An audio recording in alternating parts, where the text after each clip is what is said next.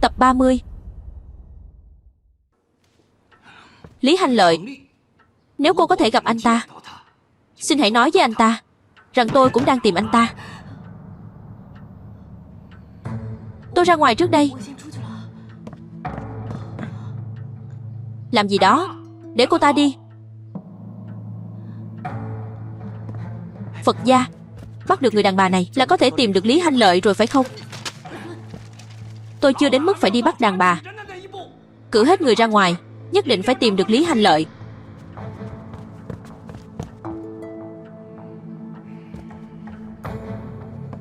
Lý Hành Lợi.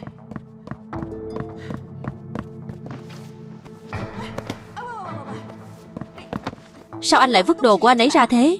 Người ta không về nữa, giữ đồ lại làm gì chứ? Chật nhà, sao anh biết anh ấy không về? Hắn ta còn dám về sao? Cũng không nhìn xem bên ngoài có bao nhiêu người. Vì hắn ta làm lỗ vốn, đang chờ để tính sổ với hắn đó. Vậy thì lúc các người kiếm được tiền thì không nhớ đến cái tốt của người ta, lỗ vốn rồi thì lại tìm người ta gây sự. Có ai như các người không chứ? Cô đúng là đầu óc có vấn đề à? Sao lại còn nói giúp cho hắn? Hắn ta bây giờ tiêu đời thật rồi. Cô Bành chết rồi. Chỗ dựa của hắn ở ngân hàng Hoa Thương cũng sụp đổ rồi. Cổ phiếu cũng sập rồi. Nếu tôi là hắn, có thể chạy sao bao nhiêu thì tôi chạy sao bấy nhiêu. Tôi nói cho anh biết, mau dọn dẹp đồ đạc cho tôi, nếu không tôi về sẽ xử anh.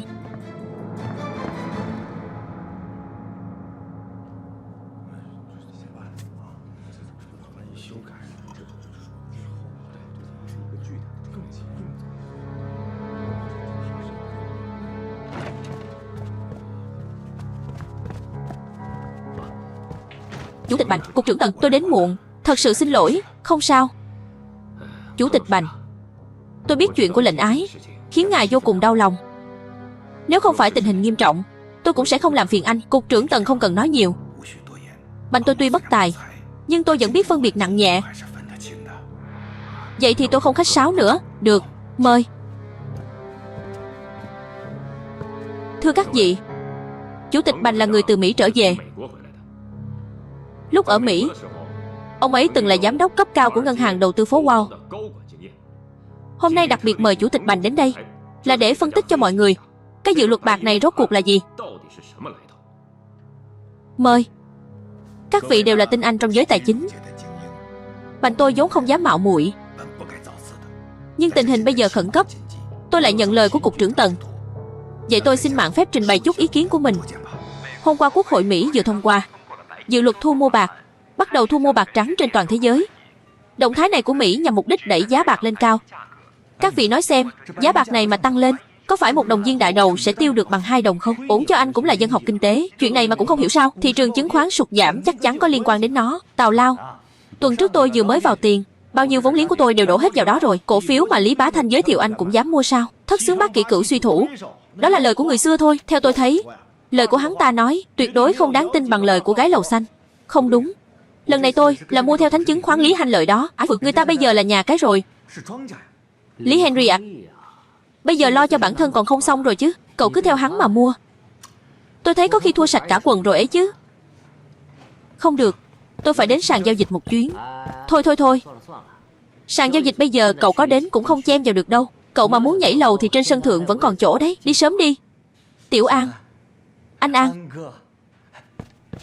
anh nhất định có cách mà. Cứu em với. Cứu em với. Muốn biết à?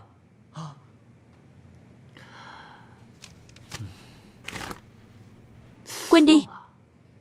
Tối nay ra đường Hà Phi uống rượu hoa, tôi mời. Đúng.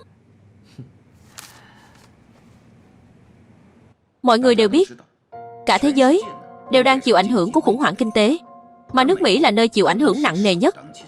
Theo thiện ý của tôi, đạo luật thu mua bạc chính là của Tổng thống Mỹ Roosevelt, nhằm chấm dứt khủng hoảng kinh tế, chấm dứt thời kỳ đại suy thoái mà áp dụng một thủ đoạn.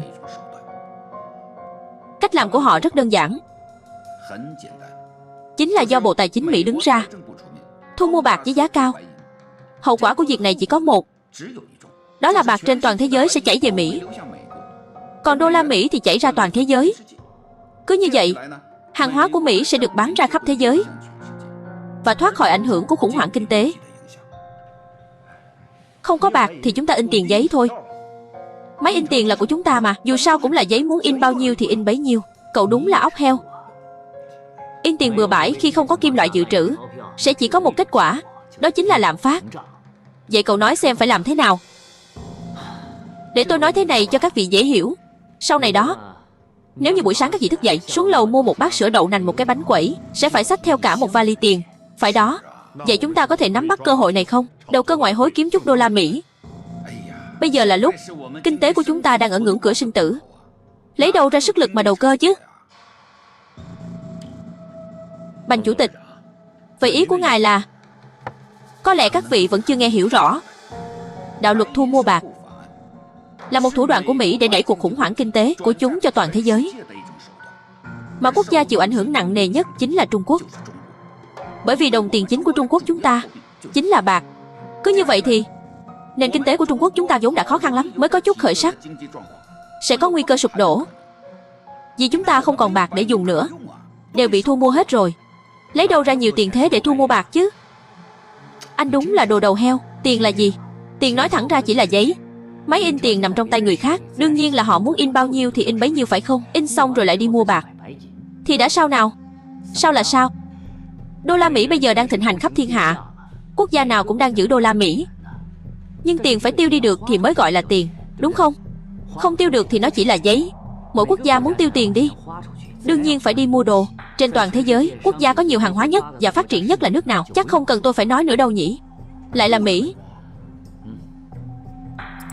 Thưa quý vị, chúng ta có khả năng sẽ phải đối mặt với một mùa đông kinh tế khắc nghiệt. Cuộc đại suy thoái ở Mỹ rất có thể sẽ tái diễn ở đất nước chúng ta. Và người chịu ảnh hưởng đầu tiên chính là giới tài chính chúng ta. Khi đó có thể sẽ phải đối mặt với một làn sóng các ngân hàng sụp đổ. Có khả năng đó, vài ngân hàng lớn có thể sẽ khá hơn một chút, nhưng nhiều ngân hàng nhỏ sẽ còn thê thảm hơn. Có thể sẽ không còn lại gì cả. Chủ tịch Bành có phải là đang cố tình gây hoang mang không vậy? Thị trường chứng khoán chính là phong vũ biểu của nền kinh tế. Hôm nay thị trường chứng khoán mở cửa đã chứng minh tất cả rồi. Thế nên tôi hỏi cậu, anh An, cổ phiếu là gì? Nào, uống chút nước trước đi. Cổ phiếu là gì à? Cổ phiếu bán cái gì? Chính là sự kỳ vọng của thị trường, đúng không? Sự kỳ vọng của thị trường là gì? Nhà cái tính kế nhà đầu tư nhỏ lẻ, nhà đầu tư nhỏ lẻ tính kế nhà cái, đó chính là kỳ vọng. Nhưng các người tính tới tính lui, cuối cùng chẳng phải đều bị nhà nước tính kế hết sao? Vậy cậu nói xem thị trường này có thể không tiêu đời được không? Vậy tiếp theo phải làm sao à? Tiếp theo để tôi nói cho các người biết, chính là thị trường sụp đổ, ngân hàng phá sản, tiền của tất cả các người sẽ mất trắng. Nghe hiểu chưa? Hiểu rồi ạ. Bây giờ trên sân thượng vẫn còn chỗ, muốn nhảy lầu thì mau đi đi. Anh An, trước đây không nhìn ra nha. Đúng vậy, anh hiểu biết hơn xa lão già Lý Bá Thanh kia nhiều. Lần sau chúng ta cứ theo anh An mà làm. Được thôi, chỉ cần vẫn còn lần sau. Thưa các vị, tóm lại tôi cho rằng đây là chủ nghĩa đế quốc đối với Trung Quốc chúng ta, một sự cướp bóc trắng trợn. Cho nên chúng ta phải đồng tâm đồng đức, cùng nhau vượt qua quốc nạn. Chủ tịch Bành là một kỳ tài tài chính, thông thạo chính sách tài chính của Mỹ. Đảng quốc ắt sẽ giao phó trọng trách, mong ông sẽ trổ hết tài năng. Vâng, nói có lý, phải. Việc cấp bách bây giờ là phải ngăn chặn bạc chảy ra nước ngoài. Còn tôi xin thay mặt cho mấy vị giám đốc của ngân hàng Hoa Thương bày tỏ thái độ với mọi người. Chúng tôi sẽ áp dụng mọi biện pháp ngăn chặn bạc chảy ra nước ngoài, bình ổn giá cổ phiếu. Chỉ cần kinh tế Thượng Hải không loạn thì Thượng Hải sẽ không loạn. Đúng, có lý, rất có lý.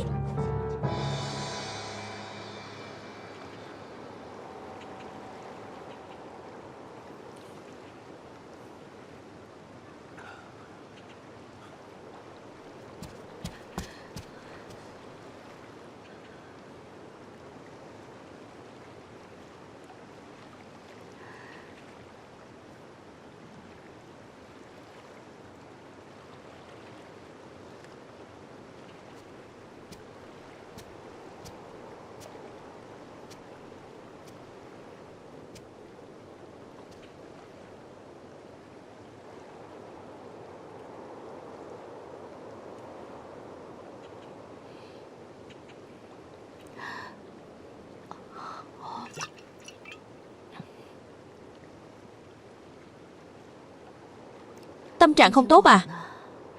Muốn uống thì cứ uống một chút đi. Ai cũng là người mà, ai mà chẳng có lúc tâm trạng sa sút chứ. Tôi uống với cậu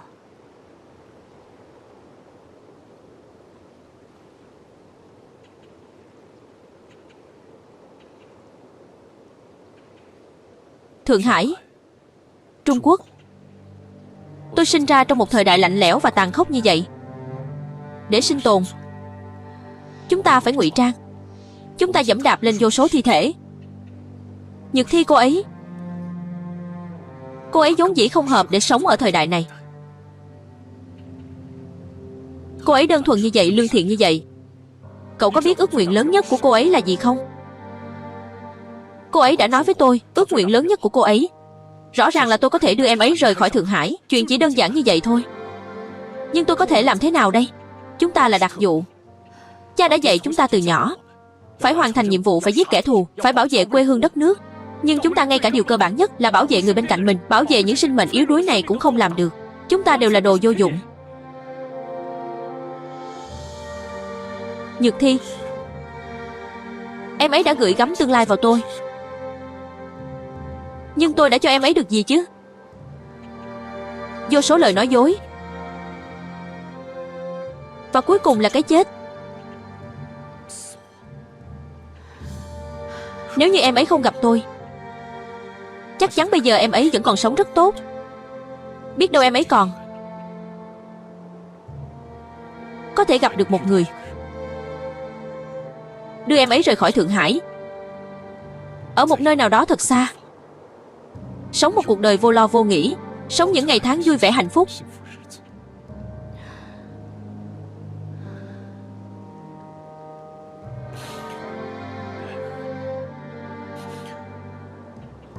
Tôi biết tại sao anh lại đến tìm tôi. Thị trường chứng khoán sụp đổ rồi. Người của Major gia đang tìm tôi khắp nơi. Nhưng nếu anh thật sự muốn tốt cho tôi thì đừng quan tâm đến tôi nữa.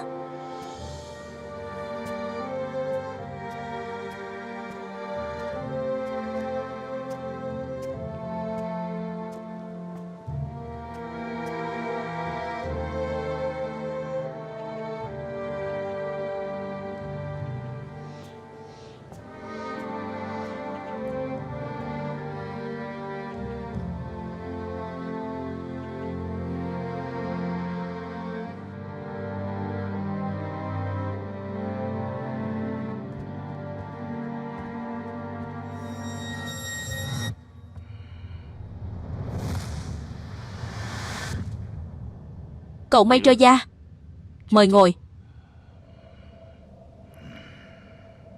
Cậu Major gia, muộn thế này còn gọi cậu đến. Cậu biết làm gì chuyện gì rồi chứ? Lần này đúng là tôi đã sơ suất. Nhưng Trung Quốc có câu nói cổ, có chơi có chịu chưa chắc đã thua. Chỉ cần kinh tế bến Thượng Hải không sụp đổ, sớm muộn gì tôi cũng sẽ kiếm lại được số tiền này. Vậy sao? Tôi nhớ cậu Major gia trước đây cũng đã nói với chủ tịch Ito như vậy. Nhưng kết quả thì sao? 30 triệu chớp mắt đã không còn một xu. Tôi nghe nói tâm phúc của cậu là Lý Henry cũng đã không rõ tung tích. Ngài nói vậy là có ý gì? Người Trung Quốc các người còn có một câu tục ngữ gọi là người quang minh không nói lời mờ ám. Ngài Major gia, nếu để tôi tra ra Lý Henry là do ngài sai khiến chiếm đoạt 30 triệu này, vậy thì đến lúc đó thì đừng trách tôi không nể mặt. Nói như vậy là ngài Mơ A Mơ Sơ không tin tưởng con người của tôi rồi.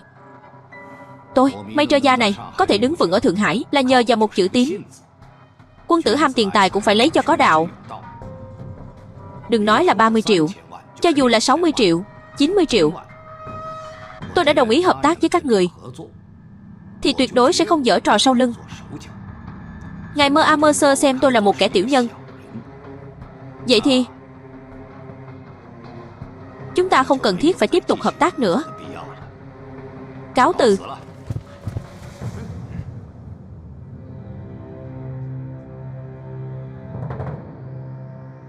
Ngươi không nghĩ rằng bọn chúng cản được ta chứ?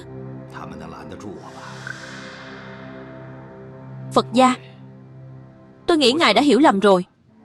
Đế quốc chúng tôi tương lai vẫn hy vọng có thể hợp tác với ngài. Chỉ là lần này tổn thất 30 triệu. Tôi không thể không hỏi thêm vài câu. Nếu Phật gia đã nói như vậy, vậy thì làm cách nào để bù đắp tổn thất 30 triệu này? Vẫn phải nhờ ngài nghĩ thêm cách. Chuyện này dù ngài không nói tôi cũng sẽ làm. Đừng quên, trong 30 triệu đó cũng có phần của tôi. Đó là đương nhiên. Dùng cách nói của người Trung Quốc các người, bây giờ chúng ta là người cùng một thuyền rồi. Cho nên hôm nay mời ngài đến đây. Thật ra là có một người muốn gặp ngài. Ai?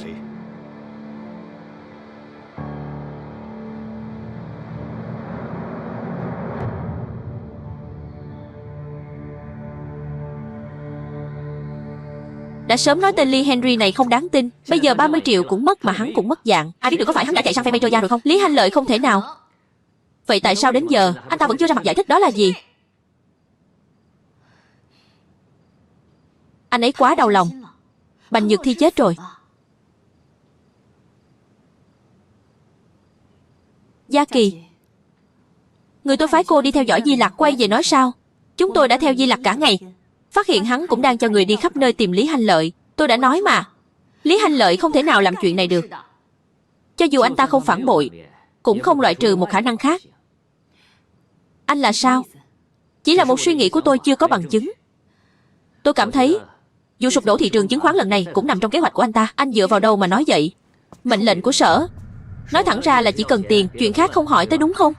Tôi cho rằng Lý Hành Lợi không chỉ muốn tiền, mà anh ta còn muốn nhân vụ sụp đổ thị trường chứng khoán lần này để vạch mặt nội gián đang ẩn mình. Lý Hành Lợi sẽ không bỏ lỡ cơ hội ngàn năm có một này đâu. Ý của anh là tất cả chuyện này đều nằm trong kế hoạch của anh ta. Tại sao lại không chứ?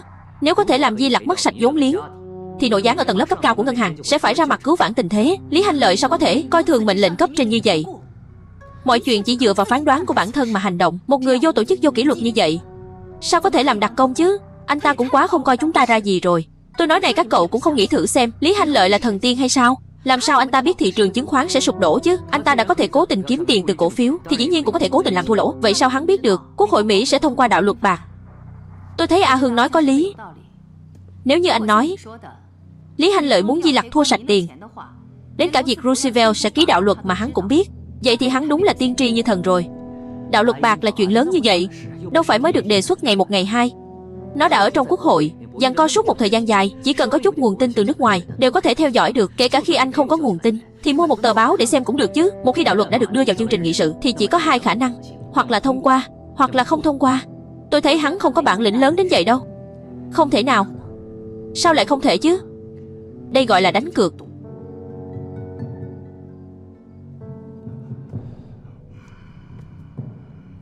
Đã muốn gặp tôi, tại sao lại trốn không chịu ra mặt?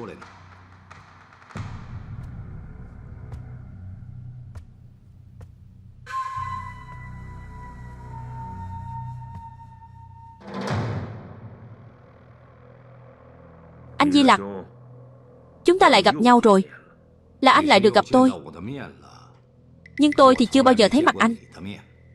Đến lúc thích hợp, anh tự nhiên sẽ thấy được bộ mặt thật của tôi. Có gì thì nói thẳng đi. Kêu tôi đến đây làm gì? Anh Di Lặc là người thẳng thắn, vậy tôi cũng không vòng vo nữa. Lần biến động thị trường chứng khoán này, 30 triệu bốc hơi trong nháy mắt.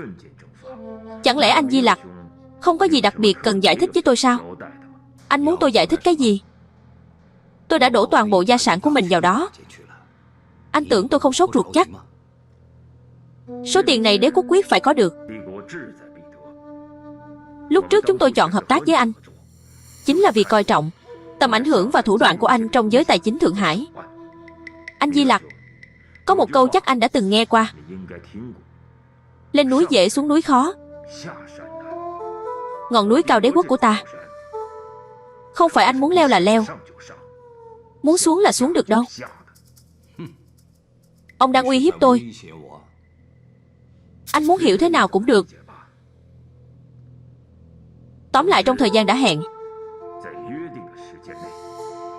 nếu anh không lấy được 7.000 mét khối này cho chúng tôi, hậu quả có thể sẽ nghiêm trọng hơn anh tưởng đấy.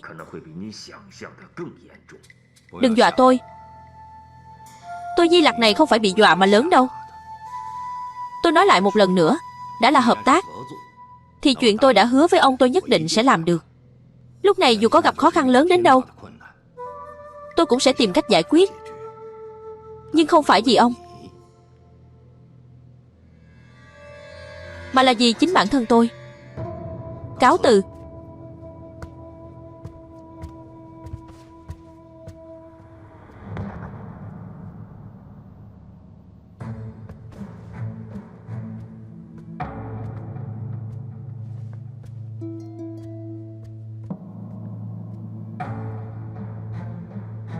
Yêu Hồ, những lời vừa rồi không chỉ nói cho Di Lặc nghe, mà còn là nói cho cô nghe. Thất bại lần này khiến cấp trên trong quân đội vô cùng bất mãn. Nếu cô không tìm cách mau chóng xóa bỏ sự tức giận của họ, thì sẽ có kết cục thế nào? Tôi nghĩ cô rõ hơn bất kỳ ai. Thuộc hạ đã hiểu. Xin Quả Thiên Cẩu các hạ chuyển lời. Thuộc hạ nhất định sẽ cố gắng hết sức để bù đắp. Chỉ có điều gì?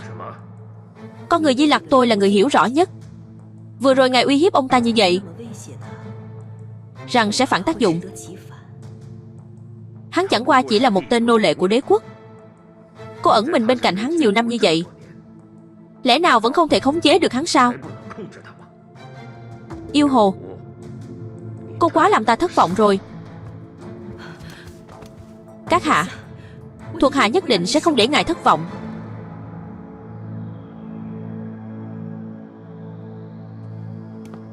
Cổ phiếu này của Di Lặc trong thời gian ngắn không thể nào phục hồi được. Hắn còn thua sạch gia sản, nợ đến 20 triệu. Cho dù ngân hàng không truy cứu hắn, người Nhật cũng tuyệt đối không tha cho hắn đâu. Di Lặc là một kẻ thông minh. Hắn không thể nào đối đầu trực diện với người Nhật. Vì vậy cách duy nhất của hắn là tìm tiền để bù vào khoản thâm hụt này. 30 triệu. Tôi không tin Di Lặc hắn còn có cách nào để cải tử hoàn sinh. Anh đừng có xem thường hắn. Hắn có được ngày hôm nay không phải nhờ vào may mắn đâu. An công tử nói rất có lý. Theo như tình báo của chúng ta, cái bẫy mà Như Sương giăng ra trong giới danh diện, đây có lẽ là con đường thoát thân duy nhất của bọn họ. Cho nên A Hương, cô phải tìm cách vạch trần âm mưu của Như Sương.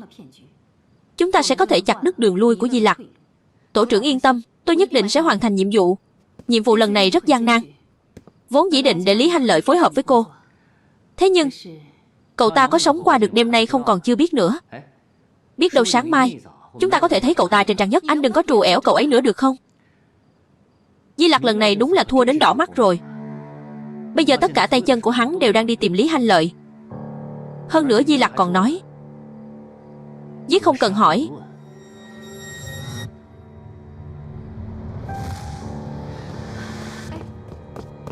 A Hương,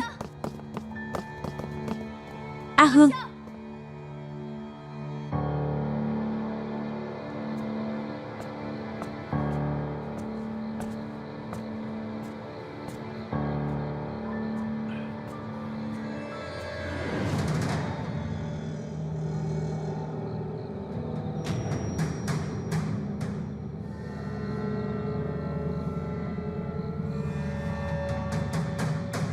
bọn cậu có biết tôi là ai không? Tôi là một tên đồ tể. Bọn cậu có biết đôi tay này của tôi đã nhuốm bao nhiêu máu tươi không?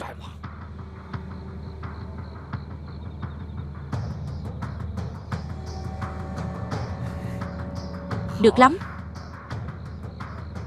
Nếu bọn cậu đã đến cả rồi,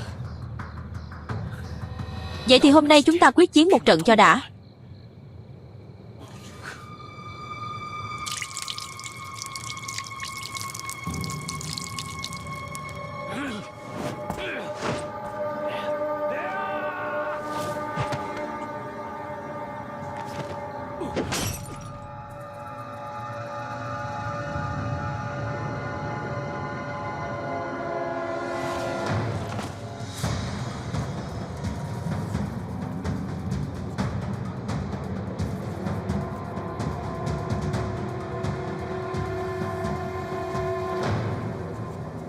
Đang làm gì ở đây đấy?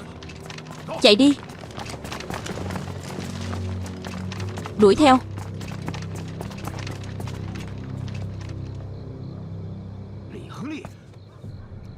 Henry, Henry, tỉnh lại đi. A Hương, có chuyện gì vậy? A Hương, cô chăm sóc anh ấy đi. Lý Henry, Lý Henry.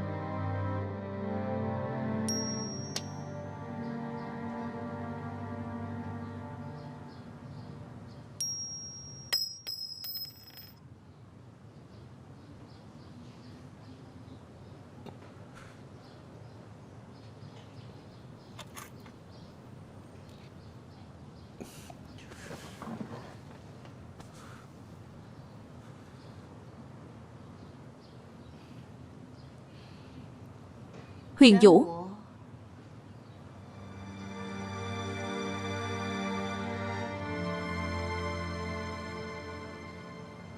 anh đang nói chuyện với ai thế? Anh đang nói với tôi đấy à? Ở đây ngoài anh ra còn ai nữa? Rốt cuộc anh định che giấu tới bao giờ? Sao không nói gì nữa? Không có gì để nói.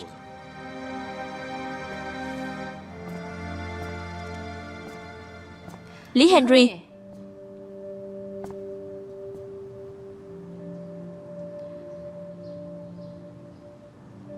tôi muốn chơi với anh một trò. Điều kiện vẫn như lần trước. Nếu là mặt chữ, tôi mặc anh chửi mắng tuyệt không đáp lời. Nếu là mặt hình, tôi sẽ đáp ứng anh một điều kiện. Nhảm nhí. Lý Henry,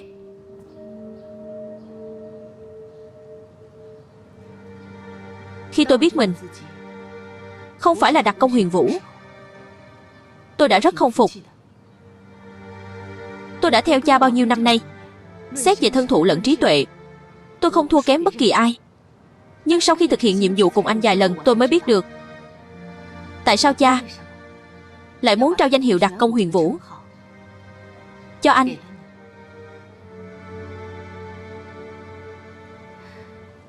Huyền Vũ là linh vật được tạo thành từ rùa và rắn, thông tỏ âm dương phân biệt, đúng sai định đoạt sinh tử. Nó bảo vệ công lý, gìn giữ chính nghĩa. Người có thể gánh vác danh hiệu này ắt phải là người có tấm lòng nhân ái bao la. Anh có biết tại sao khi thực hiện nhiệm vụ không? Tại sao tất cả chúng tôi lại không tiếc công sức để ủng hộ và phối hợp với cậu? Vì trách nhiệm trên vai cậu nặng hơn tất cả chúng tôi. Và một khi cậu hoàn thành nhiệm vụ này, sẽ mang lại phúc lợi to lớn cho Thượng Hải, cũng như người dân Thượng Hải. Mang lại phúc lợi to lớn. Và đây cũng là nguyện vọng duy nhất của cha nuôi trước lúc lâm chung dành cho cậu. Tôi biết Bành Nhược Thi chết rồi, cậu rất tự trách. Nhưng đây là một cuộc chiến tranh. Đã là chiến tranh thì chắc chắn sẽ có người hy sinh. Nhược Thi vô tội. Nếu không phải tôi tiếp cận cô ấy, lợi dụng cô ấy, thì cô ấy đã không chết. Cô ấy sẽ chết, chỉ là chết muộn hơn vài chục năm thôi. Và không chỉ hôm nay là cô ấy. Nếu gì để hoàn thành nhiệm vụ, tôi, tổ trưởng Tôn, Đới Giai Kỳ, An công tử, tất cả mọi người trong đội đặc nhiệm chúng ta đều sẽ không do dự mà đi vào chỗ chết. Bởi vì Huyền Vũ là hy vọng của tất cả mọi người. Bất cứ ai cũng có thể gục ngã, chỉ riêng Huyền Vũ là không thể.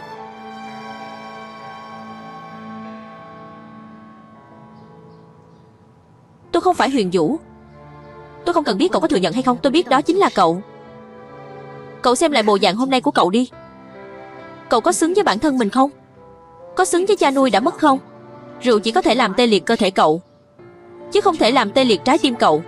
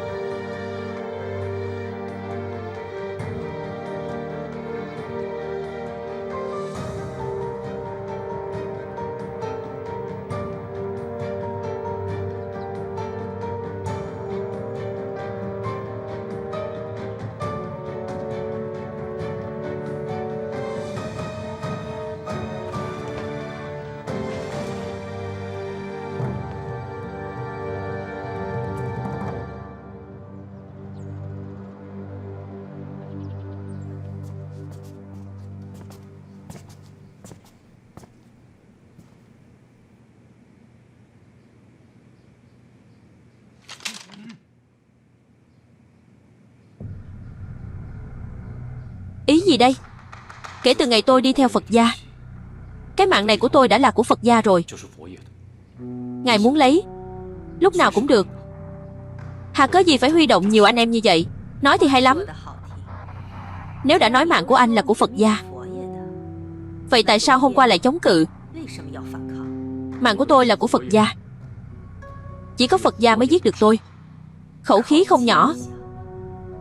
Nhưng theo tôi thấy, mấy lời này của cậu chỉ là viện cớ. Tôi biết tôi đã phạm sai lầm lớn, nhưng chứng khoán sụp đổ thì ai mà ngờ được. Đều tại tôi quá nóng vội nên mới gây ra sai lầm lớn. Lý Hành Lợi, ban đầu chính cậu đã xúi giục Phật gia bỏ số tiền đó vào thị trường chứng khoán, còn thề thốt chắc chắn sẽ kiếm được bộn tiền. Thế mà bên này chứng khoán vừa sụp đổ, cậu đã biến mất không thấy tăm hơi. Bây giờ đường cùng ngõ hẹp rồi, lại chạy về nói một lòng trung thành với Phật gia. Cậu diễn vở kịch này không thấy giả tạo quá à? Tôi biết, dù tôi có nói gì đi nữa cũng không thể lấy lại được sự tin tưởng của Phật gia. Nhưng tôi muốn dùng cái mạng này của tôi để tạ tội với Phật gia. Dừng tay.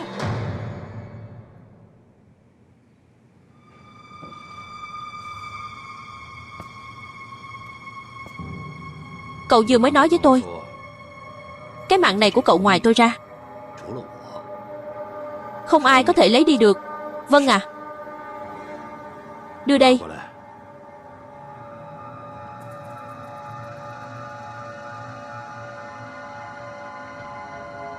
Đưa cho tôi.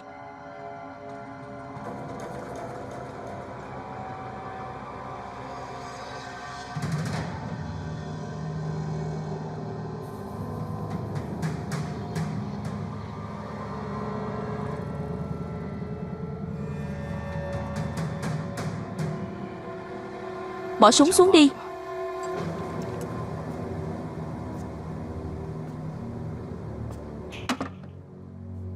Nói đi, mấy ngày nay cậu đã đi đâu? Tôi không đi đâu cả. Tôi ở lại chịu tang cho Nhược Thi. Còn là một kẻ si tình. Tôi chỉ hối hận lúc Nhược Thi còn sống, tôi đã không đối xử tốt với cô ấy. Con người mà, luôn đợi đến khi mất đi rồi mới hối tiếc. Còn đối với mọi thứ trước mắt thì lại chẳng hề trân trọng. Tất cả đều là lỗi của tôi. Nhược Thi chết rồi, tôi sống cũng chẳng có ý nghĩa gì nữa. Nhưng cậu là người của tôi. Tôi đã giao số tiền đó cho cậu để cậu toàn quyền phụ trách. Vậy theo ý của cậu là nói Phật gia tôi có mắt như mù sao? Tôi không có ý đó. Không cần nói nữa. Thị trường chứng khoán sụp đổ không phải chuyện cậu và tôi có thể kiểm soát. Tôi vẫn nói câu đó. Cậu là người của tôi. Việc cấp bách bây giờ là tôi muốn cậu nghĩ cách kiếm lại toàn bộ số tiền đó cho tôi. Vâng thưa Phật gia.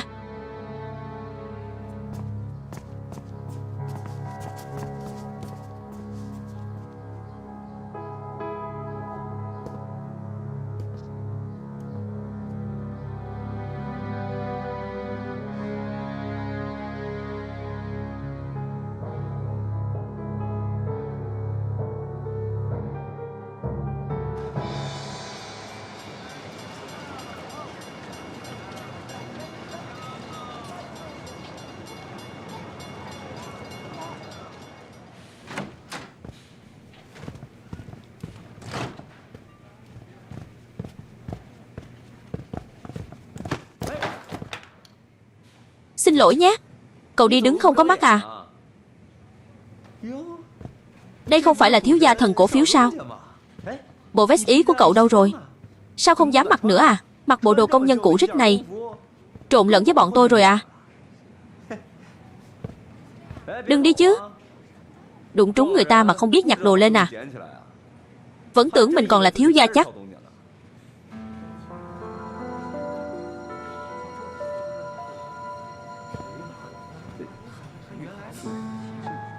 Nhìn cái gì mà nhìn? Nhặt lên.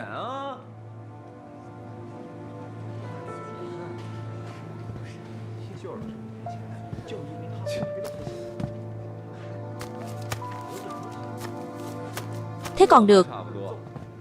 Tôi nói cho cậu biết, sau này mắng cậu thì phải cúi đầu, đánh cậu thì phải đứng nghiêm. Cậu nghe rõ chưa? Anh làm gì vậy? Ôi xin lỗi nhé. Vừa nãy tôi không thấy ở đây có người, cứ tưởng là một con chó chứ. Cô dám mắng người à? Anh đừng có tự nhận dơ nhé.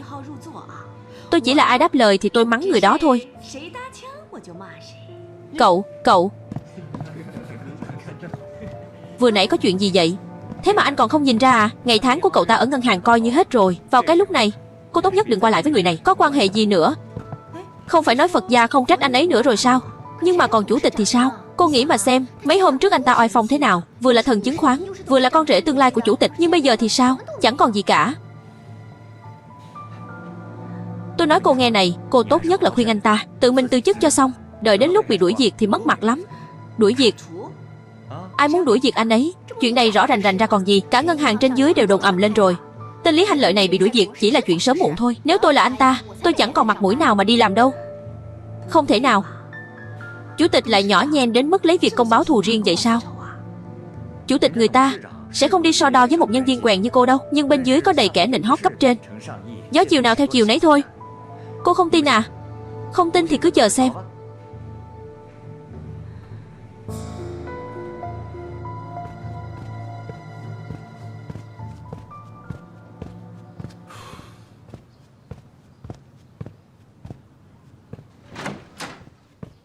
Anh Hành Lợi lại đến tìm Phật gia à? Phật gia có ở đây không? Thật không may, Phật gia có việc ra ngoài rồi. Ngày ấy có nói khi nào vậy không? Cái này thì khó nói lắm. Anh có việc gì tôi sẽ chuyển lời giúp. Không có gì. Tôi quay lại sau vậy. Cảm ơn nhé.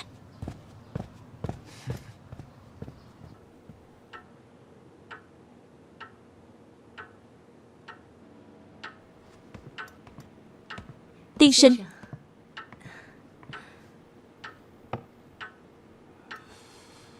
Tiên sinh, ngài đã tin tưởng cậu ta. Tại sao lại phải bỏ mặc cậu ta như vậy? Cậu có biết người ta thuần hóa chim ưng như thế nào không? Chim ưng bản tính cô độc kiêu ngạo, rất khó thuần phục. Người thuần hóa chim ưng sau khi bắt được nó sẽ không cho nó ngủ mấy ngày liền, cho đến khi bản tính hoang dã trong người nó bị mài mòn đi từng chút một. Ý cậu là Lý Hành Lợi giống như chim ưng. Còn việc sau này hắn có thể bay cao bay xa thế nào, tôi không nói chắc được. Nhưng trước mắt tôi phải trị cái tính hoang dã của hắn. Làm việc dưới trướng của tôi, điều quan trọng nhất là phải biết nghe lời. Tôi hiểu rồi. Người như Lý Hành Lợi cần phải làm cho hắn nhục chí. Cậu chỉ nói đúng một nửa.